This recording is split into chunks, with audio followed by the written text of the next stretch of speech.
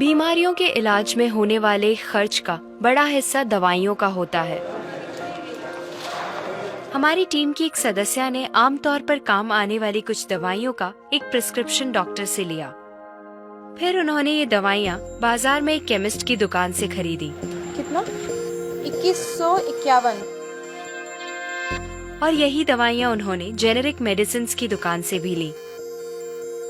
कितना हुआ इसका? 354। दवाइयों की कीमत में जमीन आसमान का फर्क दिखाई दिया।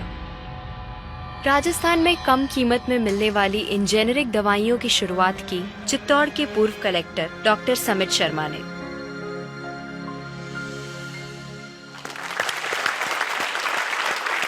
डॉक्टर समित, मुझे बताइए कि ये कैसा मुमकिन है कि हमारी जो कॉरेस्पॉन्डेंट थी वो वही दवाइयाँ उन्होंने 2000 कीमत में उनको मिली एक दुकान में, और जो जेनेरिक मेडिसिन है उस दुकान में जब गई तो उनको कम में मिली, 300 में मिली। ये कैसे मुमकिन है?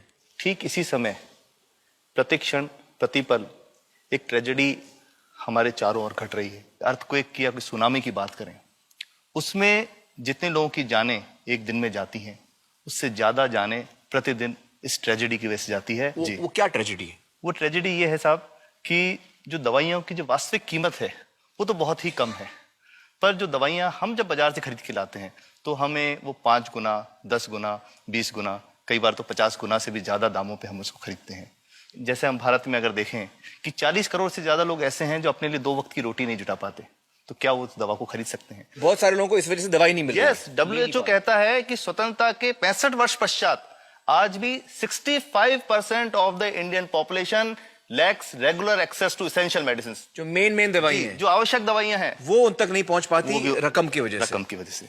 मुझे बताइए कि ये जो जेनेरिक मेडिसिन जो हम कहते हैं, अभी ये अंग्रेजी का शब्द है, इसको हिंदी में कैसे समझाएं? मैं आपको बहुत सरल भाषा में बताता हूँ। हाँ। तो ये जेनेरिक नाम जो दवा का जो मूल सॉल्ट है, जो इसके अंदर जो दवा है उसका नाम है, केमिकल नाम, उसका केमिकल नाम है। अब जैसे और उदाहरण अगर सरल करके बताएं इसको, तो जैसे ये लड़की दुबली पतली सी नजर आती है, तो मैं अगर डॉक्टर हूं हाँ। तो मैं इसको ये कहूं 1 गिलास दूध सुबह 1 गिलास शाम को पिया कर। पर चिकित्सा के व्यवसाय में दुर्भाग्य से हमारे देश में ऐसा नहीं हो रहा। हम ये नहीं कहते कि आप भैंस का दूध लेके आइए, हम कहते हैं कि वो रामू की भैंस का दूध लेके आना। यही ब्रांडिंग है। ये जब उसकी दुकान पे जाती है, वो कहता है 500 रुपए लीटर है, लेना है कि नहीं लेना। तो जो 30 रुपए की चीज है वो 500 रुपए में मिलती है। तो अगर मैं डायबिटीज की दवा ले रहा हूं और अगर मैं ब्रांडेड दवा लेता हूं तो मुझे कितने की पड़ेगी? जैसे एक 117 रुपए में भी है, 117 रुपए में मिलती है। अब और अगर वही चीज हम उसके जेनेरिक मेडिसिन के नाम से लें तो वो कितने की बनती है? वो मात्र 1 रुपए 95 पैसे में 10 गोली मिलती है।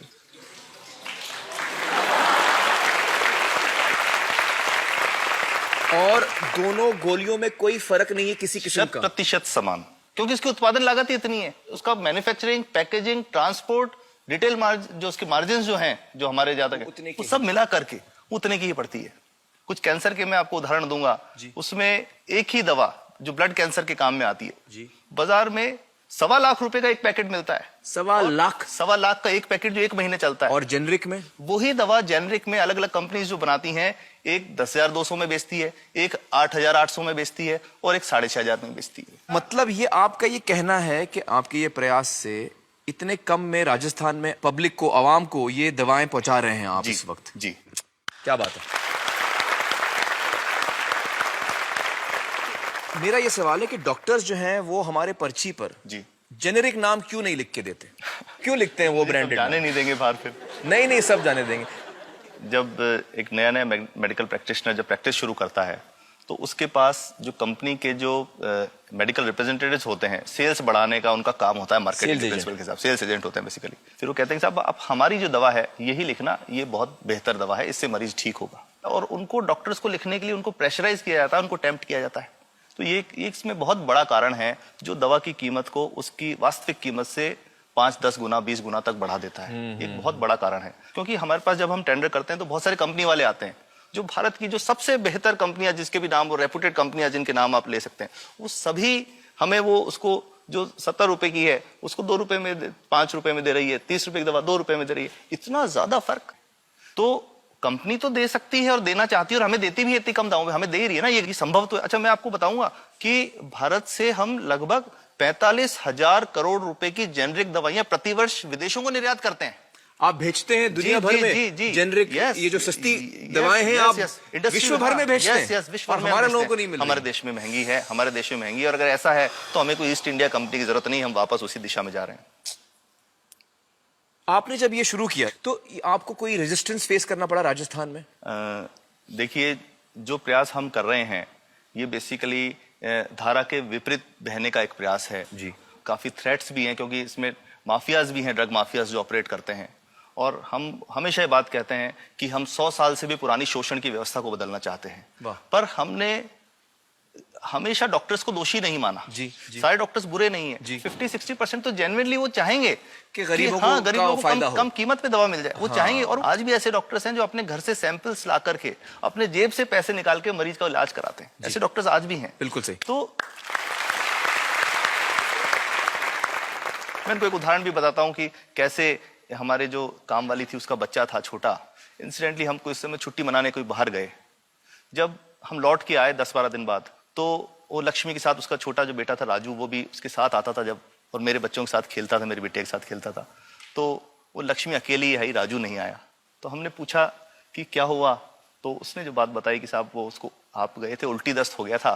उल्टी दस्त की बीमारी के लिए वो जब दवा लेने गई तो केमिस्ट ने उसको कहा कि इसके तो 400 रुपये लगेंगे। तो उसने कहा साहब मैंने खूब मांगा, मेरे पास 400 रुपये मुझे नहीं थे, और मेरा बच्चा रात को ही उसको दस्त आते रहे, वो खत्म हो गया। और मैं आपको ये कहना चाहता हूं कि वो जो दवा लिखी थी कि वास्तव कीमत 1.5-2 रुपए ही है, तो वो बच्चे की जान बच सकती थी।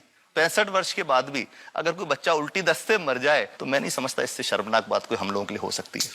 और सबसे बड़ी बात कि इसे आसानी से बदला जा सकता है। हमें सबको एक समन्वित, एक संगठित प्रयास करने की जरूरत है। ये तो कुछ भी नहीं है, कोई नई फैक्ट्री खोलनी नहीं, कोई नई दवा नहीं बनानी, ये सब जो गलत चल रहा है इसको रोकना ही तो है।